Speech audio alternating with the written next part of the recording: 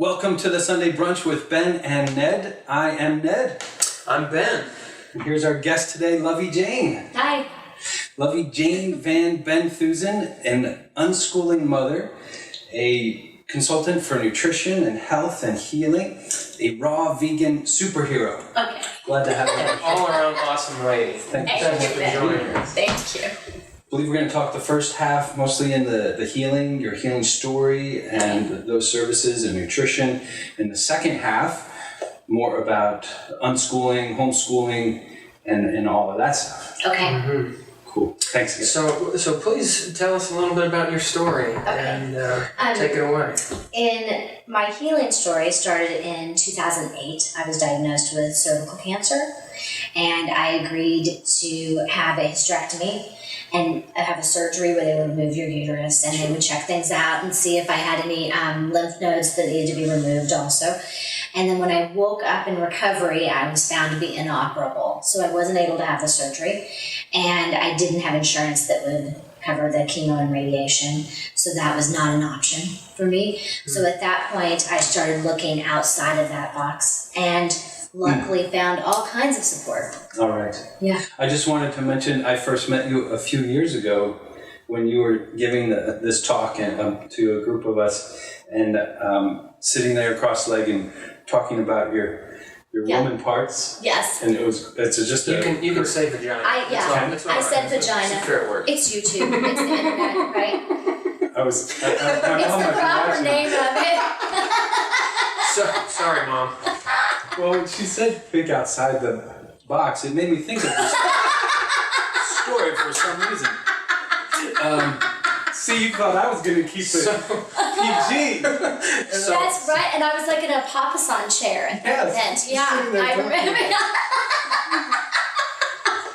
Well, that's a great way to meet somebody. And very daring. You looked outside the box, and what did you look into? And so I found many people that have healed themselves in many different ways. And once I learned the term healing diet, then I could start putting that into search engines, and I could start looking for the right things. And it brought up all different kinds of information for me. And you know, when you're searching and you're looking for cervical cancer, or you're looking for squamous cell, whatever it is, you're only finding the information that has to do with mostly medical related treatments. Sure. And that zone. But then when you start running searches for like healing diet, healing cancer, stuff like that, you're in a whole different world that I hadn't found yet.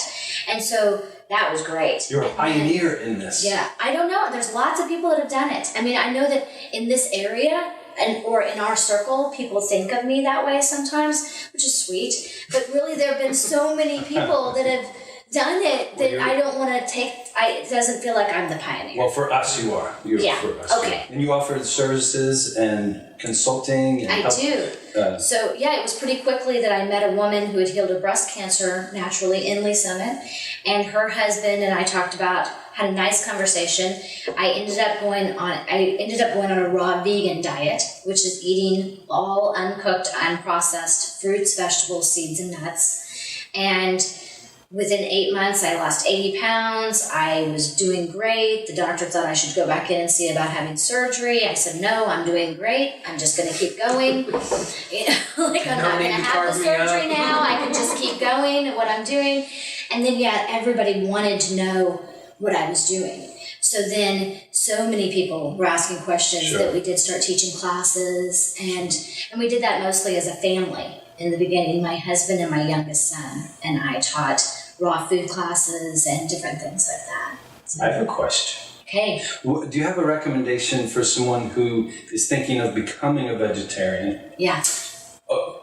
Easy way to break into it. And then someone like me, I am a vegetarian, but I'm not a vegan. I do eat dairy. I get most of my protein from eggs. Mm-hmm. I would love to, but to give that up, but it's so intimidating. So an easy or kind of a way to make that transition as well. Any tips? I would say I think that the easiest way is to let go of your fear of not having enough protein, because it's not an impossibility. If you're eating enough calories and you're taking in enough. I'm not sure if I'm really. I'm worried about taking in enough calories to begin with. Okay, let's assume that I am. Then I assume that you're taking in enough calories.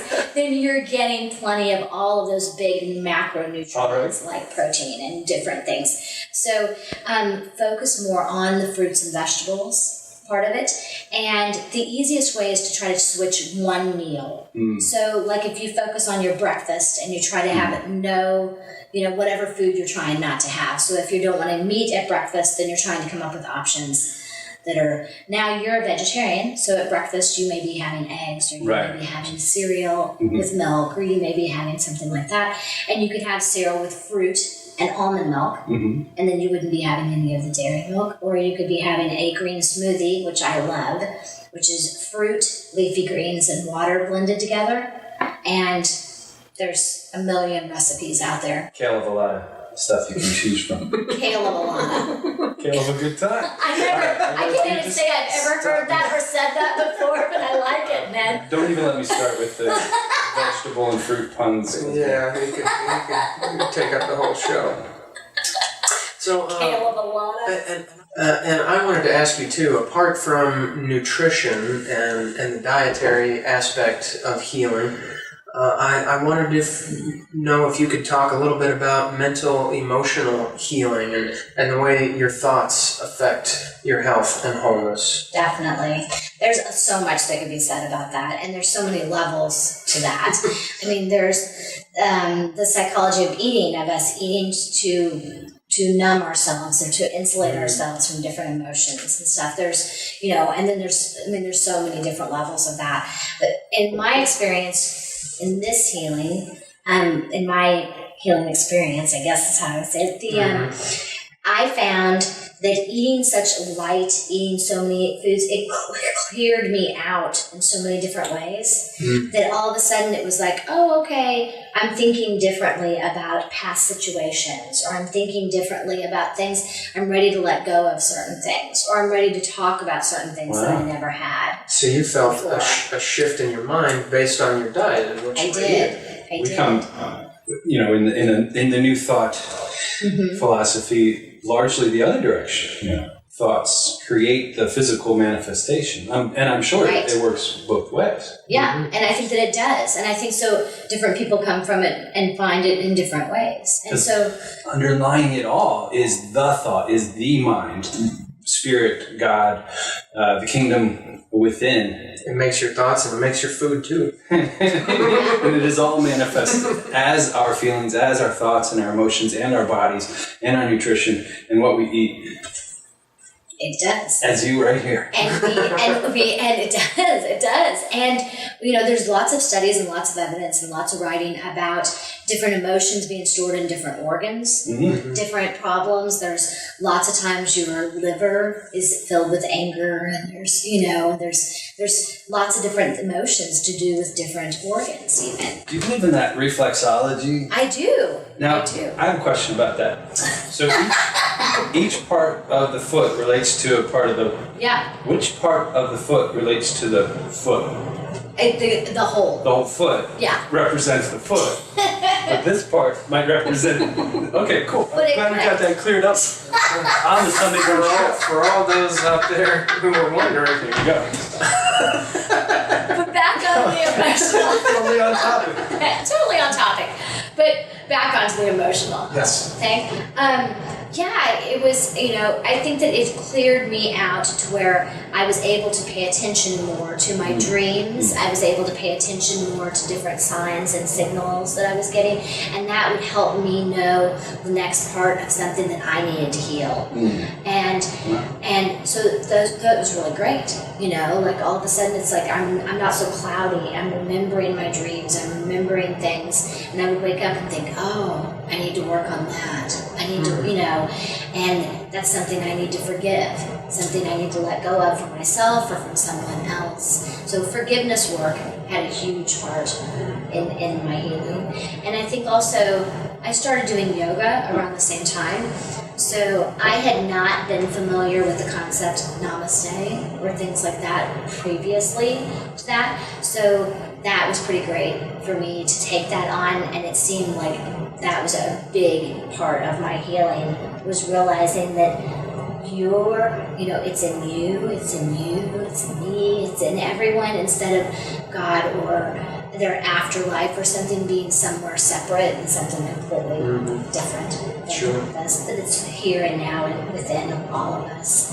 And that, so all of those components, taking on all of those things was really important to it. And it unfolded all together. And it all unfolded So all together. Changing your diet and your thinking and kind of a total lifestyle transformation. And it sounds like it's kind of started with the nutrition. It did for me. And all of the spirituality, exercise, your beliefs and emotions, and all of that does work together, obviously, but for you. And it's interesting, it can be different for everyone. Yeah, it can totally be different for everyone. I had to lose 40 or 50 pounds before I felt like I wanted to exercise.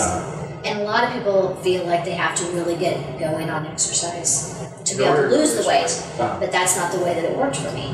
Fantastic. We're each on our individual path in this big oneness, beautiful We are. creation. We are. And right now, on this path, I think we're getting ready to take a turn. We're going to go into a short break, and we'll be back to talk to Jane more about her life and about unschooling. Okay. Raise them kids right. So stick around. We'll be right back. Come on back for the second act.